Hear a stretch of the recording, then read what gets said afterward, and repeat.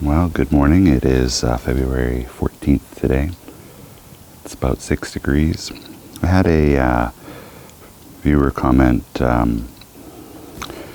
"Hey Will, new to your channel.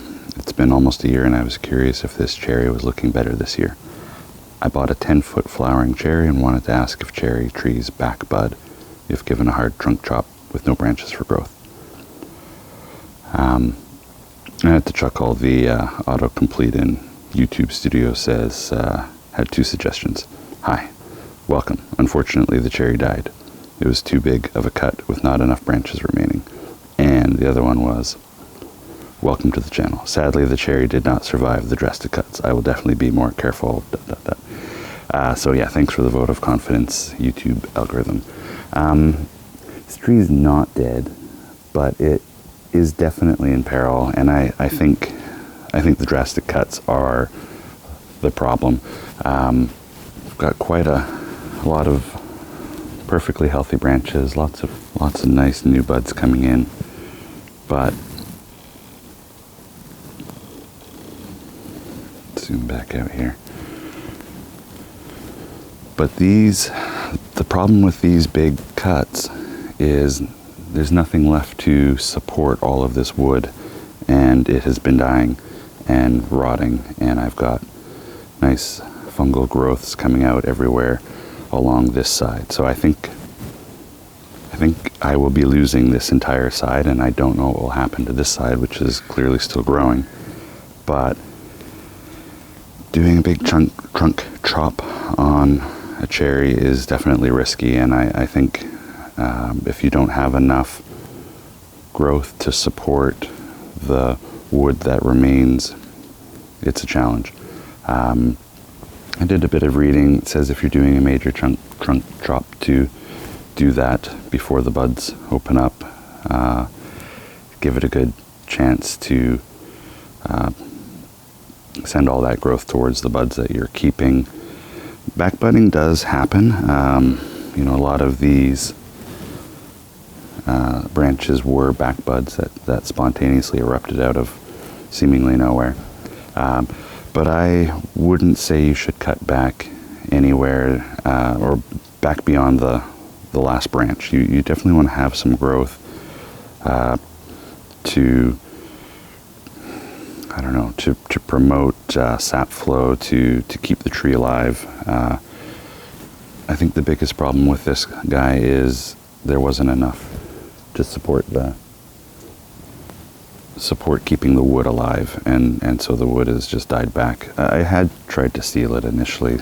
I've since cut this back because it's just coming apart. It's completely dead on this side. I don't know if I should be kind of trying to cut it back. There will be some sort of internal barrier between the live wood and the dead wood, I'm sure. So I may just want to let it naturally rot away. This is all going to be dead through here. But again, there is rotting up the main trunk, but there is a lot of places that are still doing well. So the major trunk chop, I think it's risky. And the other thing about that, if we look at a tree with a nursery tree, hold on. This is a maple, so a totally different scenario, of course, but if you look at a nursery tree, there is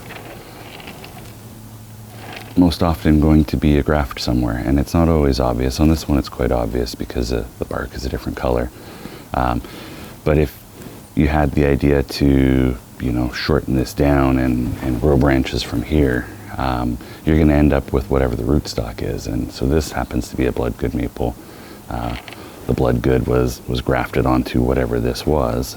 And so if you're cutting back nursery stock, you run the risk of having the rootstock take over. If you start getting branches sprouting out down here and you don't realize that they are not the tree that you intend, then pruning back the top is going to leave you with something that you didn't want.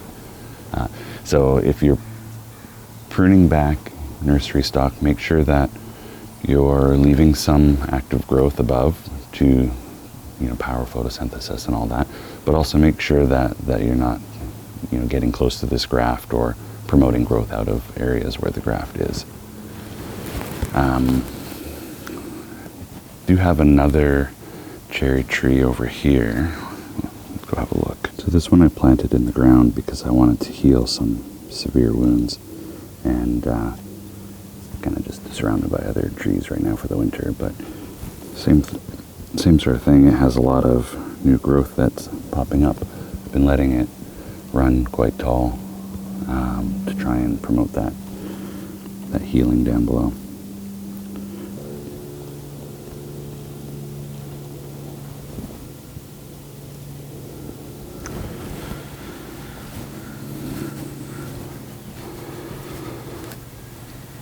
But yeah, anyway, I'm looking forward to this blossoming.